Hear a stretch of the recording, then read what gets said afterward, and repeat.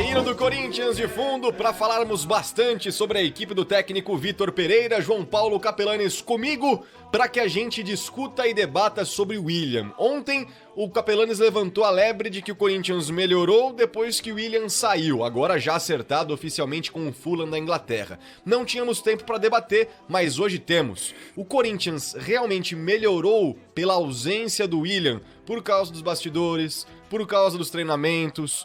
Por que o Corinthians hoje é uma equipe diferente sem o seu camisa 10, hein, Capê? Boa tarde. Boa tarde, Herrero. Um abraço pra você, para os ouvintes da Rádio Bandeirantes.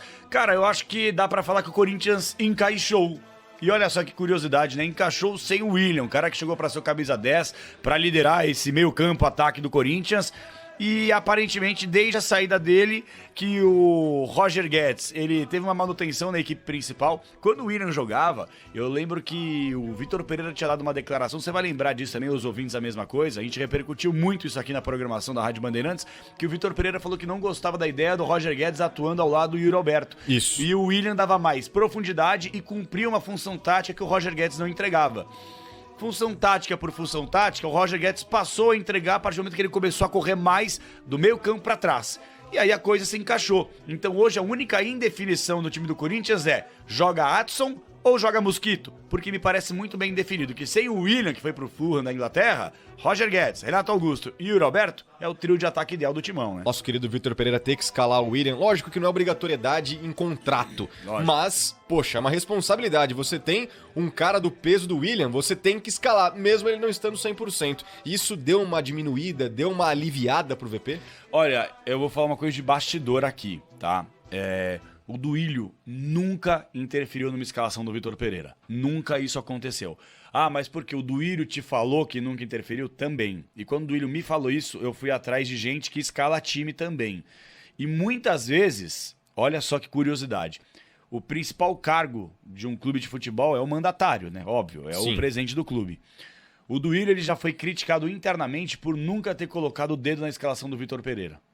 Ah, mas peraí, eles não conversam? Claro que conversam. O Roberto tá lá pra isso, o Alessandro tá lá pra isso, o Duílio tá lá pra isso. Só que o Duílio, ele criou uma relação tão próxima com o Vitor Pereira que ele coloca o treinador à disposição. É óbvio que já aconteceram algumas vezes de uma escalação não ter dado certo no jogo e aí ele ter questionado. Óbvio, mas nunca foi uma coisa: olha, você tem que colocar o William, você tem que escalar o Juliano. Se fosse assim, o Juliano seria titular com o Vitor Pereira.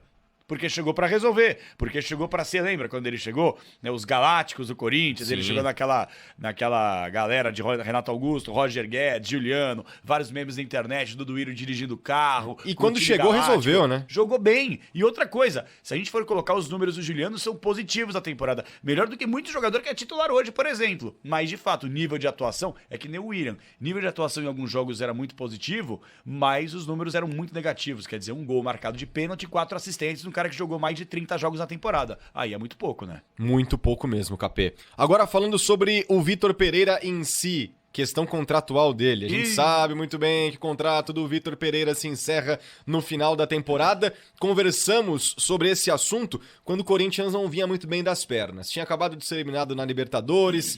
Hoje, com o Corinthians numa situação mais tranquila, pensando em chegar entre os 4 do Brasileirão, ainda com a possibilidade bem real de chegar à final da Copa do Brasil. Mudou algo na cabeça do VP? Dá pra gente começar a imaginar um Corinthians em 23 com o técnico português? Não dá. Não? Não dá. E aí eu vou falar o porquê. São duas nuances, se você me permite dizer. A primeira, o torcedor do Corinthians hoje, se fosse questionado, é claro que tem muito torcedor resultadista, clube. Se é que há essa vantagem contra o Fluminense, tranquilizo, vibe positiva, relação legal com o Vitor Pereira por ter tirado um empate no melhor estilo Corinthians no Maracanã, cai por terra. Então muito torcedor que hoje o apoia vai criticá-lo se a eliminação acontecer. Você lembra que o Corinthians estava vivendo uma temporada, entre aspas, brilhante? Estamos vivos em todas as competições. Campeonato Brasileiro, Libertadores, Copa do Brasil. Aí começou a oscilar no Brasileirão. Era o vice-líder, já quase saiu do G4 na rodada passada. Perdeu pro Atlético Goianiense na Copa do Brasil por 2-0. Exatamente. Flamengo. Depois da eliminação da Libertadores, a gente sabe qual que é a repercussão depois de uma eliminação. E pro corintiano vai ser um tanto quanto frustrante não chegar pelo menos na final pra pegar o Flamengo, né? O Flamengo dificilmente vai ser eliminado pelo São Paulo, pelo que aconteceu no Morumbi. Sim. Então, assim, por que eu tô dando algumas voltas antes de responder sua pergunta? É porque tudo vai depender, infelizmente, mais uma vez, do resultadismo e do que vai pedir a arquibancada. Corinthians é eliminado pro Fluminense, vamos supor. Tá? É uma possibilidade, claro que pode acontecer. Aí o Corinthians emplaca aí uma série de 2 derrotas seguidas no Brasileiro. Sai do G4, acabou. O Vitor Pereira não vale mais nada, não renova com ele, técnico pardal, burro. Eu já dei minha opinião, eu acho que o Vitor Pereira fez bem ao Corinthians, encaixou. E eu acho que esse elenco está sendo formado para a próxima temporada. Herreiro, nos principais jogos do Corinthians na temporada, o Corinthians jogou com Balbuena e Bruno Mendes, 2 jogadores que tinham acabado de retornar ao clube. No jogo contra o Flamengo. Fausto Vera acabou de chegar. Ele perdeu o Mantuan. Ele quer jogadores mais novos que possam entregar, coisa que o Corinthians dificilmente tem do meio pra frente. Do meio pra frente quase não tem. É Adson, entendeu?